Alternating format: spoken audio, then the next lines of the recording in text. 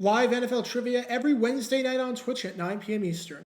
Come show off your football knowledge for a chance to win cash prizes. Check the link in the description to find out more. And now, on with our feature presentation. November 4th, 2001. For Browns fans, this is an absolutely dark day in franchise history, because what's about to transpire on Soldier Field on this day is one of the worst chokes in the history of the NFL. The Browns, against one of the best teams in football in the 5-1 Chicago Bears, had gone into the Windy City and had destroyed Chicago for 59 minutes. The Browns led at 21-7, had held the Bears to one score on 11 drives, and had this game all but wrapped up. It would take a monumental collapse for the Browns, leading by 14 points with under a minute left, to somehow blow this one. The Bears would need to score a touchdown, get the onside kick, and then score another touchdown to send it into overtime. With the time constraints, it's almost impossible. Yet that's exactly what happened. Call it the Chicago collapse. Call it the Windy City crumbling. Whatever you want to call it, the Browns blew a 21-7 lead with under a minute to go in the game. After Shane Matthews hit Marty Booker on a 9-yard touchdown, then the Bears recovered the subsequent onside kick, then Matthews hit James Allen on a 34-yard touchdown with no time left in regulation. Let's look at the final touchdown that the Bears scored. It was a smart play on Chicago's part, and great situational awareness. The Bears had no timeouts left, so they either had to go to the sidelines, or they had to go to the end zone. You couldn't go over the middle of the field short of the goal line. To do so would be moronic and stupid. You wouldn't get another playoff, because you'd be tackled in bounds with the clock running. Everyone knows this. So why do I bring up this game? Because this wasn't the first time that the Browns were victims of a crazy, hard-to-believe comeback against a one-loss NFC Central team on the road. In 1980, they were the opponents of a similar situation, where they were leading and dominating, where they were up by 14 points with under a minute to go, then allowed a touchdown and an onside kick, and looked like they were going to blow it for sure. The only difference?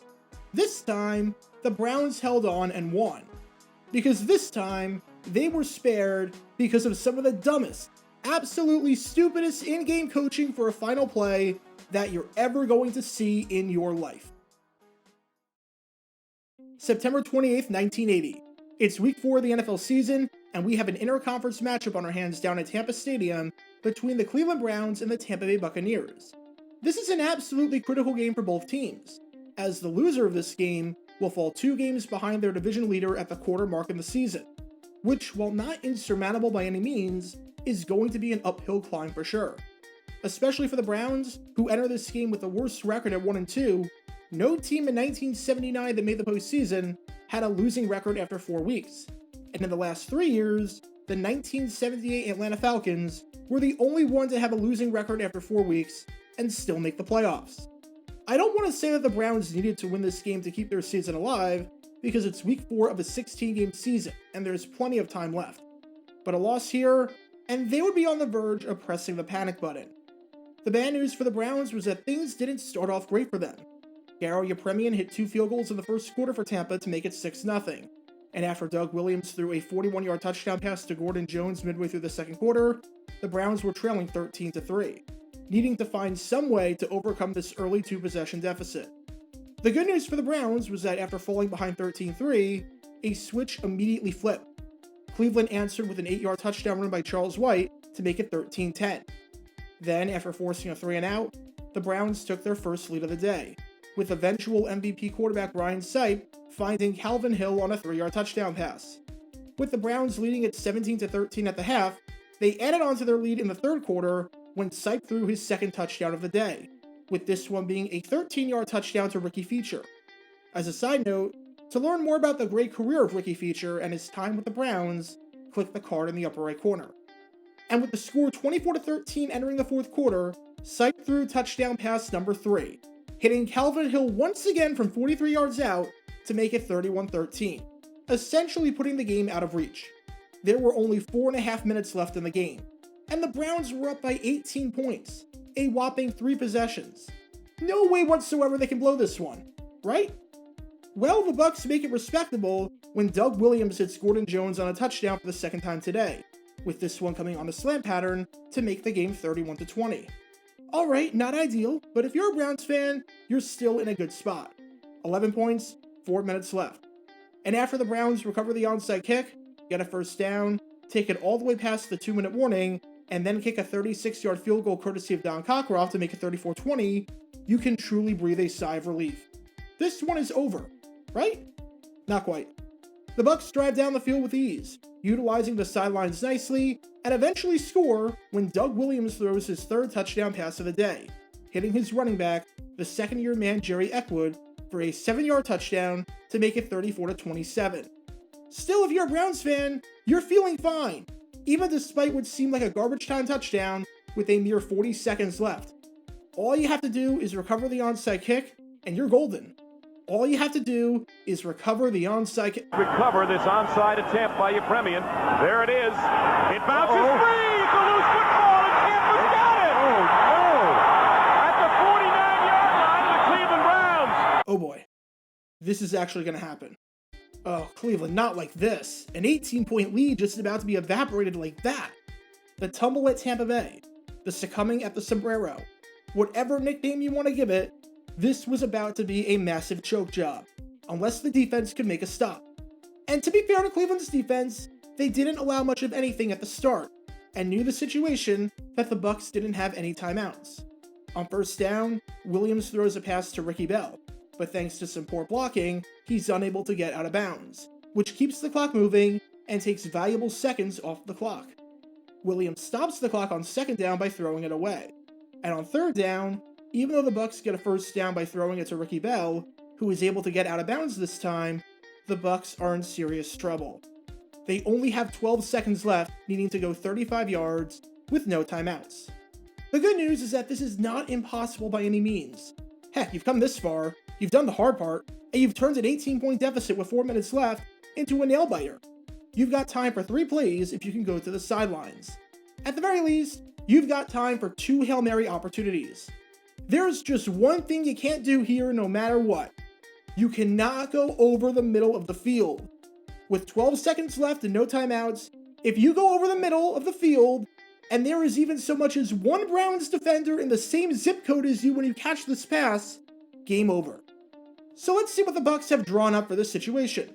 Let's see if they can pull off the comeback of the century. Alright, Tampa Bay, let's see what you got. Jones, the outside receiver on the left. Williams over the middle, throws it, it's caught at the 22-yard line. They'll never get another play. They'll never get it off. 4 seconds, 3 seconds, 2 seconds, the clock will run down, and the game will end. Welcome to Dumb Decisions. Before I break down what happened here, this whole series is about taking an in-depth look at decisions made during games that were clearly awful from the start. This isn't something that looked bad in hindsight. Rather, this is something that looked awful almost immediately. These are moves where your gut instinct tells you right away that there is no way this can possibly work. And sure enough, your gut instinct was smarter than that of an NFL head coach. And for this one, we're taking a look at the mind of Tampa Bay Buccaneers head coach John McKay. Look, McKay is one of the great coaching figures in the history of the sport from a personality standpoint, and I'd be here all day if I listed every single memorable quote that he uttered at a press conference. And he was a pretty good head coach too. He took an expansion team to the NFC Championship in just his 4th season, and led the Buccaneers to the playoffs 3 times, which is impressive when you realize that in the 12 years following McKay's departure as the head coach, they made it a grand total of 0 times. But this moment right here? Yeah, not his finest hour. If he was asked by a reporter about his execution of the play call, he would say he would be in favor of it. So with that being said, let's take a look at why throwing a pass over the middle of the field with 12 seconds left and no timeouts is a bad idea. And the thing you have to look at with every play, first and foremost, is what has to happen for the play to succeed as intended. Your goal on this drive is to score a touchdown. And you know that the only way you can score a touchdown if you go over the middle is by reaching the end zone from 35 yards out. This means that for all intents and purposes, with the Browns dropping people back in coverage, so you're not going to have anyone get behind the secondary and have a coverage bust, the only way for this play to work is you have no one touch you. A 35-yard touchdown over the middle with the defense protecting the end zone and with you catching the ball well short of the end zone, needing to find your way in. Do you really think a play like that can work?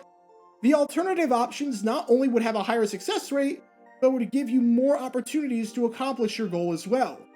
Go for the Hail Mary, you're going to have multiple chances at it barring an interception. And if you succeed on the play, you score a touchdown. Go for the sidelines, you're going to have multiple chances at it. And if you succeed on the play, you set yourself up for a more manageable final play or two and a shot at the end zone. Go for the middle of the field, you've got one chance. And if you succeed on the catch, the receiver will have to bulldoze over everyone and turn into a human battering ram for you to have any chance at scoring. You had 3 options for how to handle this situation, and you chose literally the worst possible option with option number 3. But look, anyone with a working set of eyeballs and even the slightest bit of understanding as to how football works knows why this play was a bad one. Repeating ad nauseum why you shouldn't go over the middle with no timeouts isn't going to solve anything or provide any new insight. So let's look at what the players and coaches had to say about it, because some of the comments by McKay are truly remarkable when you consider the circumstances. Now, of course, everyone was disappointed about the way it ended. Quarterback Doug Williams, who threw the pass, said that it was a mistake, and he should have thrown it to the sidelines or the end zone, but just didn't see anyone open, so he threw it to the wide-open Giles as a reaction. Tight end Jimmy Giles, who caught the pass, said that he was surprised that Williams threw it to him in the first place because of the circumstances. And head coach John McKay, who helped call the pass, said that it was idiotic, and on that play, you've got to go into the end zone, which raises the question of why you'd even call a play that has a player running that route in the first place, but I digress. None of these quotes seem too bad. That is, until McKay further explained himself the next day, and somehow made a bad situation even worse, because his justification and his reasoning for the play deserves a deep dive to understand just how stupid it is. McKay said that Giles ran the right pattern for the normal game situation, and they weren't able to tell him to run it into the end zone instead. First off, what do you mean you weren't able to tell him to run it into the end zone? There are 2 flaws with that reasoning. Number 1, I'd maybe understand that if it was a no-huddle situation where there's a lot of chaos and you're not really able to get a play in and communicate effectively. But the play before this, literally the play before this, you had the clock stop because Ricky Bell went out of bounds. You didn't think, for 1 second of the 40 seconds of the play clock, that you should have called a play where your best pass catcher went into the end zone? You weren't able to get a play in that just has Giles running a fly route? How hard can that possibly be? Literally, a 7-year-old kid on the playground just drawing up a play and saying go long is a better strategy. And number 2, by doing this, are you admitting that you don't practice these kinds of situations? What the heck do you do all day on the practice field if you're not running 2-minute drill situations? You're telling me that you called a play designed for a normal game situation and not one designed for a 2-minute drill situation where you absolutely need the clock to stop or need to go to the end zone? You realize how ridiculous that sounds and how unprepared that makes you look. But somehow, it gets even worse, because McKay then said, and I cannot believe this quote when you consider the context, in the future, with more experience in such situations, I don't think it will happen again. Without experience, they didn't know they couldn't get another playoff in time with 12 seconds left. Okay, number 1, you don't need experience to tell you that going over the middle of the field with no timeouts in 12 seconds will not net another play. Just like a random person doesn't need experience to tell you that you can't line up for a bunt in baseball and expect the ball to clear the fence for a home run. It's common sense, especially for these 2 guys who were not rookies. But number 2, and by far the worst part about this, is that literally the week before, there was a play where Williams threw a pass to Giles over the middle of the field in a 2-minute drill situation where they had to move the ball quickly. Not even 1 week ago. Let's flash back really quickly to week 3 and the previous Sunday, when the Buccaneers were on the road against the Dallas Cowboys. The Bucs were up 17-14, but were looking to extend their lead going into the halftime break. The Bucs had 1 timeout left, so it's not quite the same situation, but they wanted to move quickly, because there were only 26 seconds left. Williams found Giles over the middle for the completion, and then the Bucs, even though they didn't want to, used a timeout. Watch this play, and time from the moment Williams snaps it to the moment that the Bucs call timeout, keeping in mind that some of the offensive linemen are already at the end of the play, showing that they wanted to move quickly and not have to burn a timeout if they didn't want to. So Doug Williams drops back. Good protection, now he ducks under and throws. Pass is caught by Giles. What a catch. What a throw. Doug Williams was in the revolving door. Over 13 seconds. Literally the week before, in a 2-minute drill situation, Williams threw over the middle to Giles, just like he did the next week, and it took 13 seconds for the Bucs to even call a timeout. No way they'd be able to get the playoff, even though players like center Steve Wilson were sprinting to the line of scrimmage. So what makes you think you could get something similar off in 12 seconds? That's like me saying I'm going to hit a home run at Yankee Stadium when the week before, I couldn't even have the power to hit a ball out of my suburban backyard. Even if you literally needed actual work experience and in-game experience to show that you couldn't get the playoff in 12 seconds, you literally had that last week. Did you just forget? Then again, later in that same game, your quarterback, instead of chucking up a Hail Mary, decided to take off and run in the middle of the field. So I don't exactly know what you're teaching down there with those 2-minute drills, but whoever's in charge of that needs a new line of work immediately. So what do we learn from all this? If you have no timeouts and 12 seconds left, do not, under any circumstances, call a passing play up the middle well short of the end zone. You will not reach the end zone. You will not achieve your objective. You will look like an idiot. You will be laughed at and mocked more than 4 decades later. And you don't need in-game experience to dictate that certain things are bad. I don't need to jump off a cliff without a bungee cord to know that I probably shouldn't jump off a cliff without a bungee cord. However, if you literally had that in-game experience the week before in a similar scenario, and you forgot all about it and chose not to apply it, then maybe this isn't the right line of work for you. Because when all these elements are in play, you can't exactly be surprised when this play backfires. Talk about a dumb decision. Get your official Jaguar Gator 9 merchandise by going to jg9shop.com, and be sure to like this video, ring the notification bell, and subscribe down below if you haven't already, as it helps the channel out a lot. And be sure to check out Twitch every Wednesday night at 9 p.m. Eastern for your chance to play NFL trivia and win cash prizes. Link in the description below. If you want to see videos like this condensed down to 60 seconds, then follow me on TikTok at Jaguar Gator 9. To see college football videos, subscribe to Jaguar Gator 8. To see highlight videos of players throughout the history of the NFL, subscribe to JG9 Highlights. Also, special thanks to all of our Patreon supporters for helping out the channel. Your support is greatly appreciated. See how you can become a patron and request future video topics in the description below.